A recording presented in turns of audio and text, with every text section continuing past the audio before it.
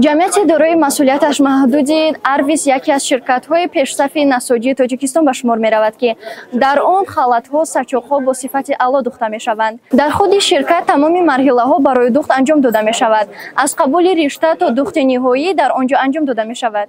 мо ширкати насоҷии Арвис бо ярмаркаи ватанӣ омадагем, ки маҳсулоти худро пешниҳод кунем.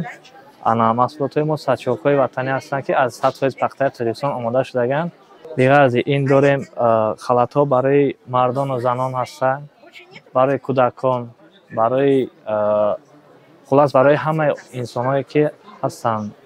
Мо дорем барои рақси хобон покривалҳо дорем. Нархи маҳсулотамон ҳаста ана ин шакл дорем ба нархи 25 сомон. Бале, ин барои ҳамом кардан. Ана бо дорем барои дастурӯй дорем. Ино ҳастанд 15 сомон.